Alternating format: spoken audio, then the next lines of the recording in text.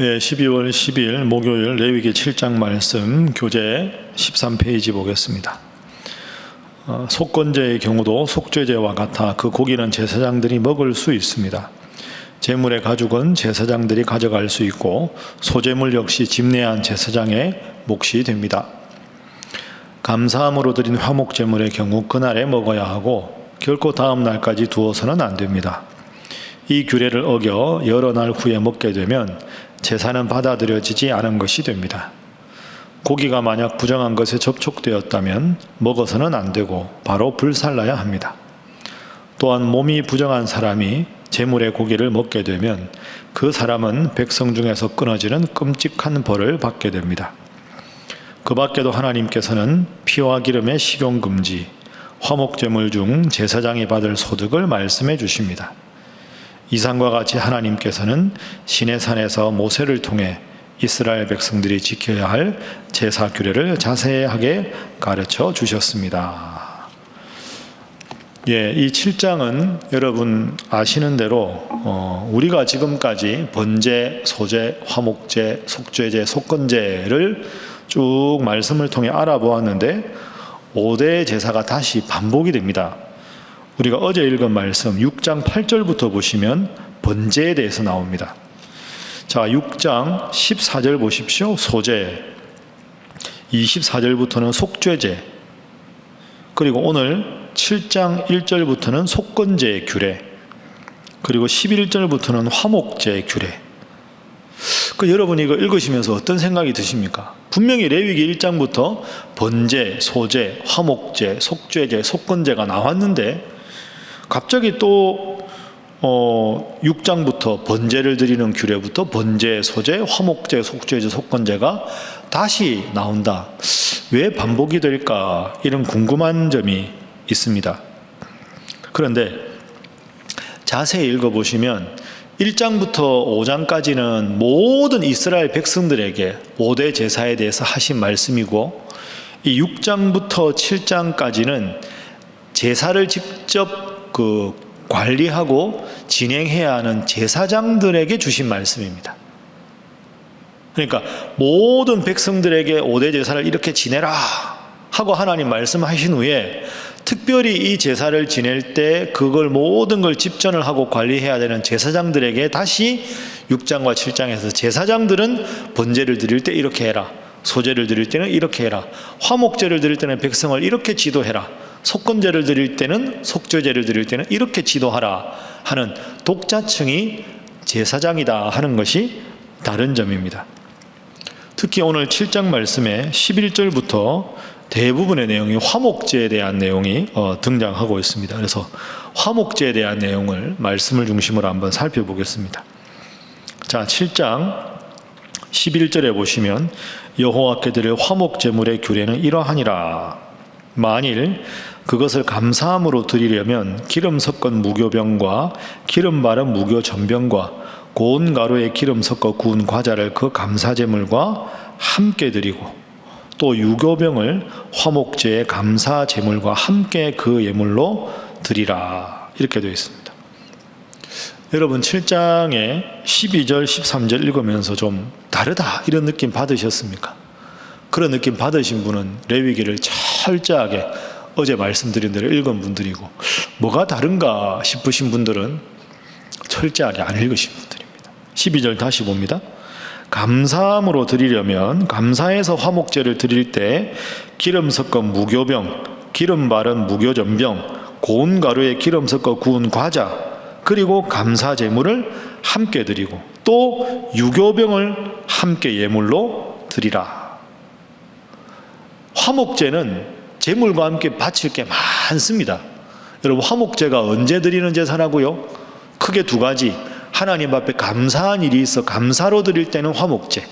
두 번째는 하나님 앞에 서원 제목이 있을 때 서원 기도의 제목을 놓고 드릴 때.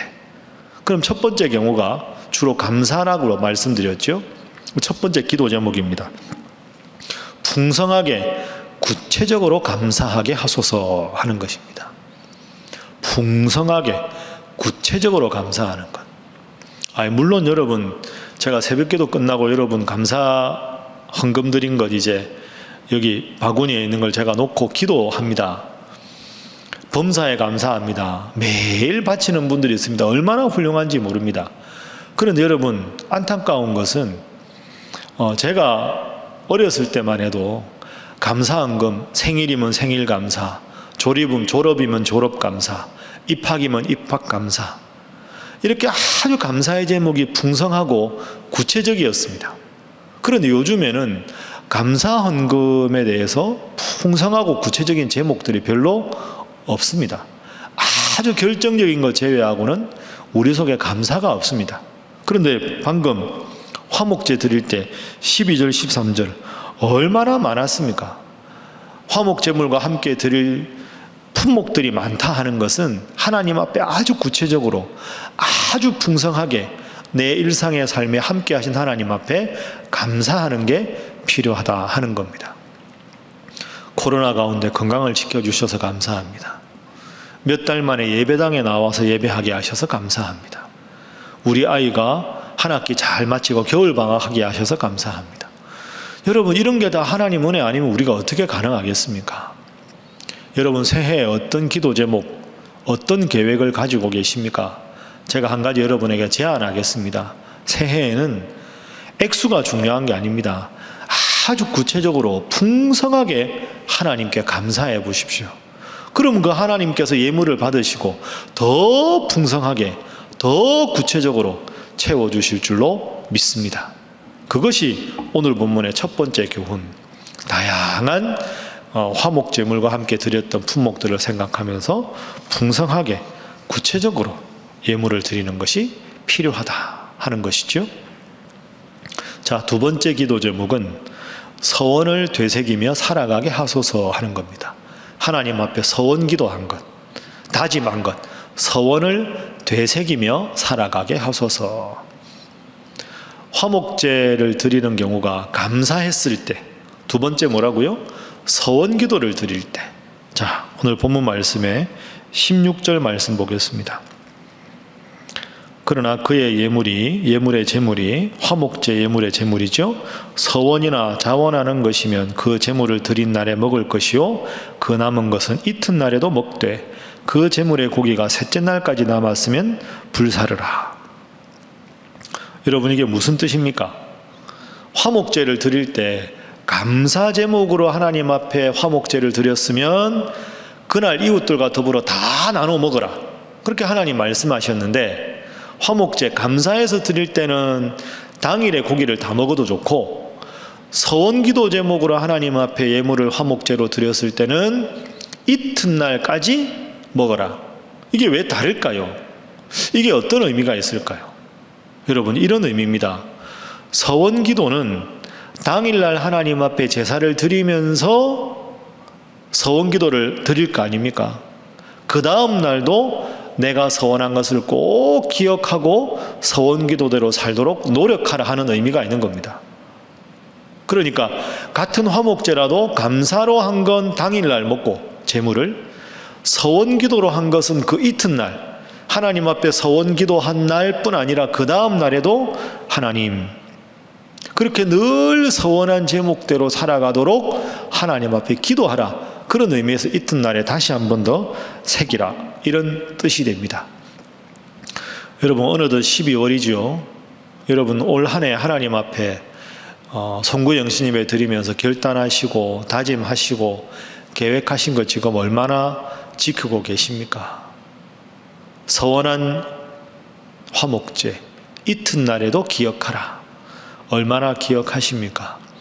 남은 날 동안에 회개할 것 회개하시고, 또 새해에는 하나님 앞에 약속한 것 잘 지키셔야 합니다. 그게 오늘 레위기의 화목제사가 우리에게 주는 두 번째 교훈입니다. 자, 마지막 세 번째 교훈은 우리 19절 이하 제가 읽어보겠습니다. 그 고기가 부정한 물건에 접촉되었으면 먹지 말고 불사를 것이라. 그 고기는 깨끗한 자만 먹을 것이니 만일 몸이 부정한 자가 여호와께 속한 화목제물의 고기를 먹으면 그 사람은 자기 백성 중에서 끊어질 것이요, 만일 누구든지 부정한 것 곧 사람의 부정이나 부정한 짐승이나 부정하고 가증한 무슨 물건을 만지고 여호와께 속한 화목 제물의 고기를 먹으면 그 사람도 자기 백성 중에서 끊어지리라. 그 세 번째 제목은 부정한 것을 멀리하며 정결하게 하소서 하는 기도 제목입니다. 부정한 것을 멀리하며 정결하게 하소서. 여러분, 레위기 이 말씀을 읽으면서 어떤 생각하십니까? 저는 하나님이 이렇게까지 섬세하시구나, 이걸 깊이 느낍니다. 지금 우리가 코로나 때문에 새벽 기도에도 예배당에서 못하고 이렇게 영상으로만 하고 있습니다. 코로나가 왜 처음에 시작되었습니까? 우한에서 발생했다는 것에 대해서 또 이런저런 이야기가 나오지만 여하간에 사람들이 먹어야 될 음식 외에 너무 큰 탐욕을 부린 것에서 코로나가 시작된 것 아닙니까? 그리고 지금도 생각해보면 인간의 탐욕은 끝이 없습니다. 끝없이 자연을 파괴하고 생태계를 파괴하고 얼마나 많은 쓰레기를 배출하고 얼마나 이 자연을 신음하고 오염시키고 있습니까? 그런데 하나님 보십시오. 출애굽기가 지금부터 레위기가 3500년 전에 쓰여진 말씀인데 부정한 동물을 만졌으면 그 사람을 멀리해라. 여러분, 이게 뭘까요? 부정한 동물을 만져가지고 잘못된 균이나 이것이 체내에 들어와서 나를 통해 다른 사람들에게 가면 전염병이 생깁니다. 그러니까 하나님은 지금 철저하게 내 몸에 병이 있을 때는 진 밖으로 나가서 제사장에게 몸을 보이고 완치가 되면 들어오게 하고, 부정한 짐승이나 부정한 것을 먹었거나 만졌으면 철저하게 그것을 다 따져서 살펴서 확정을 받은 후에 정상적인 생활을 하라. 이런 규칙들이 사실 오늘 우리에게 정말로 필요한 거 아닙니까? 다른 사람들 앞에서 기침할 때 보면 이렇게 해서 기침하라. 항상 나갔다 들어오면 손을 깨끗하게 씻어라. 이런 가장 기본적인 것이 안 지켜지면 코로나19가 확산이 됩니다. 다른 사람들을 통해서 부지불식간에 내가 확산될 수도 있는 것이죠. 그런데 3500년에 하나님께서는 이미 부정한 것을 만졌을 때, 고기가 부정한 것에 접촉되었을 때, 내가 부정한 것에 접촉되었을 때 아주 섬세하게 하나하나 이렇게 일러주셨습니다. 그래서 여러분, 일상생활 속에서도 정결한 삶이 필요한 이유가 여기에 있습니다. 여러분, 어떻게 기도하십니까? 코로나19가 확산되지 않도록 우리가 레위기 말씀 읽으면서 기도하셔야 합니다. 이 어려운 시대에, 이 코로나의 엄중한 시국에 하나님께서 우리 신일의 성도들에게 이 레위기 말씀을 읽으라고 하신 것은 특별한 하나님의 섭리가 있다고, 경륜이 있다고 저는 생각합니다. 그래서 코로나19가 속히 종식되도록 위해서 기도하시고, 수고하시는 의료진들과 방역 인력들을 위해서도 기도하시고, 특별히 또 우리 교회 성도들이 확진자가 생기지 않도록 영육간에 강건하게 붙들어 주시고, 또 우리 교회는 특별히 어린이집 유치원을 운영합니다. 그래서 항상 아이들이 왔다 갔다 하는데 아이들을 지켜주시고 학부모들 지켜주셔서 교회가 이런 일로 어려움 겪지 않도록, 그리고 이웃에게 책임을 다하는 교회 될 수 있도록 여러분 코로나 기간 내내 여러분 위해서 제가 따로 말씀드리지 않아도 간절하게 기도해 주시기 바랍니다.